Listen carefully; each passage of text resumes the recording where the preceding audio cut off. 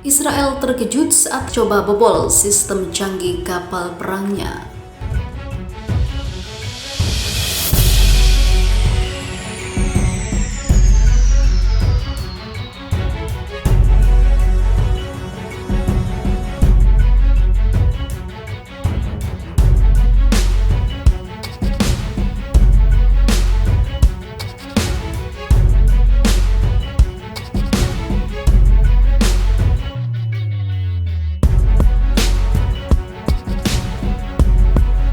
Stasiun televisi Israel mengabarkan sayap militer Gerakan Perlawanan Islam Palestina berusaha membobol sistem kapal perang Israel dan meretasnya.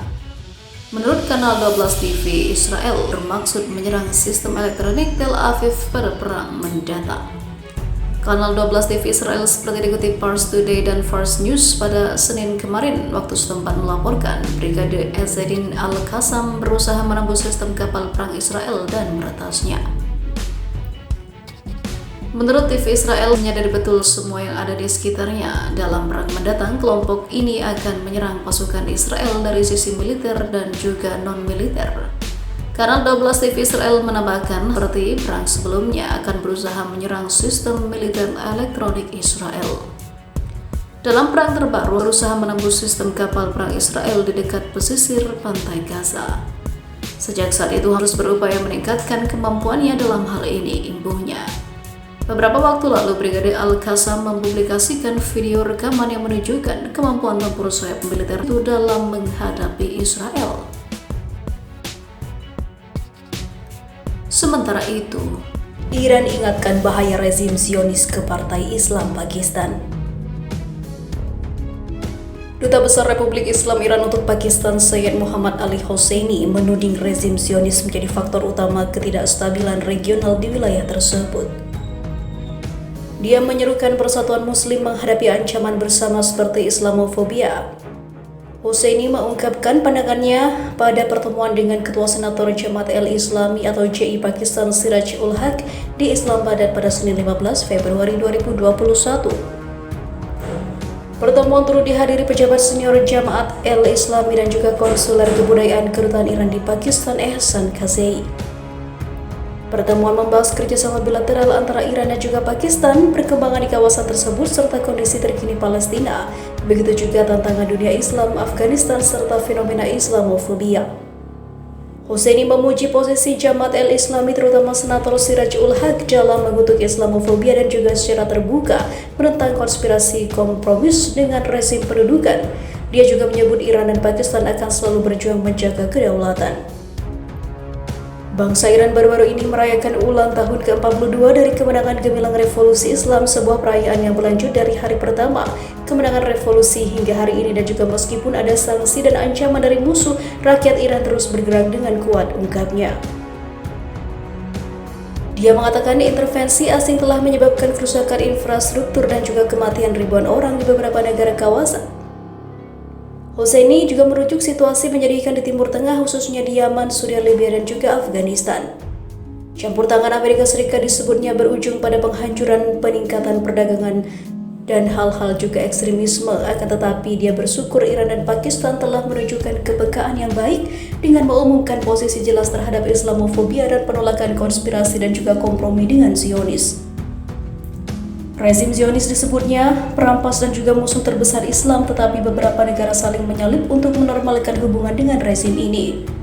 Pemimpin Jamaat Al-Islami Pakistan yang hadir menyatakan bangga dengan persahabatan dengan Iran.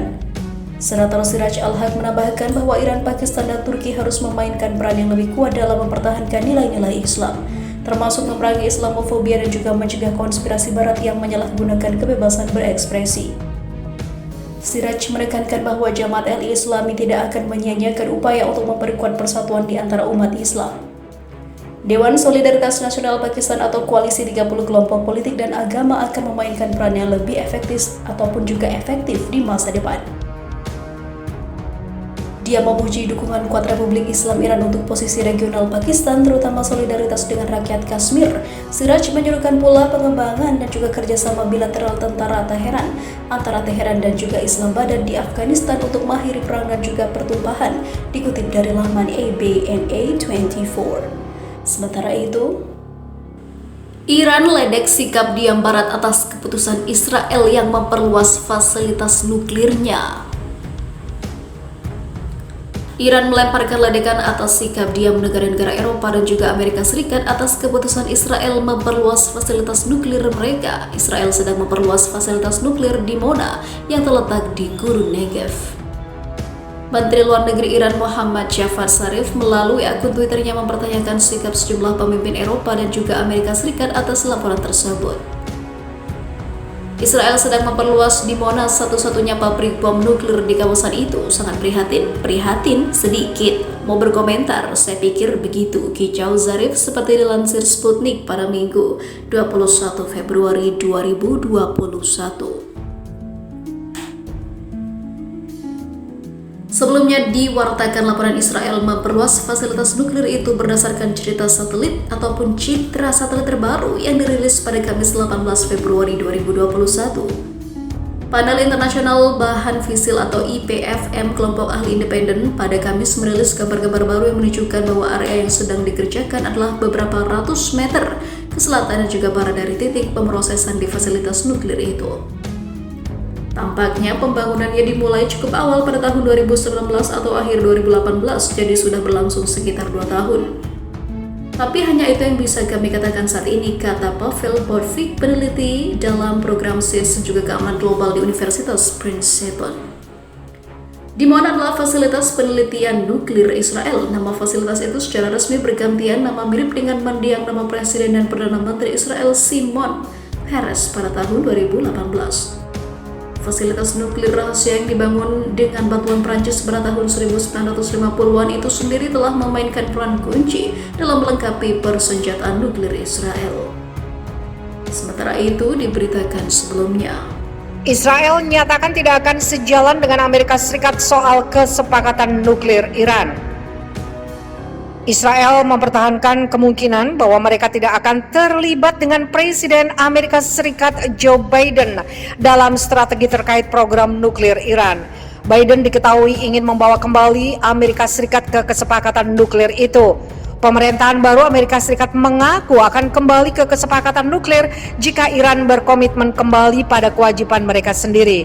Washington juga mengatakan ingin berunding dengan sekutu di Timur Tengah tentang langkah tersebut termasuk Israel. Namun Duta Besar Israel untuk Amerika Serikat Gilad Erdan mengatakan bahwa Tel Aviv tidak akan mau terlibat dalam upaya Amerika Serikat untuk kembali ke kesepakatan tersebut. Kami tidak akan menjadi bagian dari proses seperti itu jika pemerintahan baru kembali ke kesepakatan itu, ucap Erdan kepada Radio Angkatan Darat Israel seperti dilansir Reuters pada Selasa 16 Februari.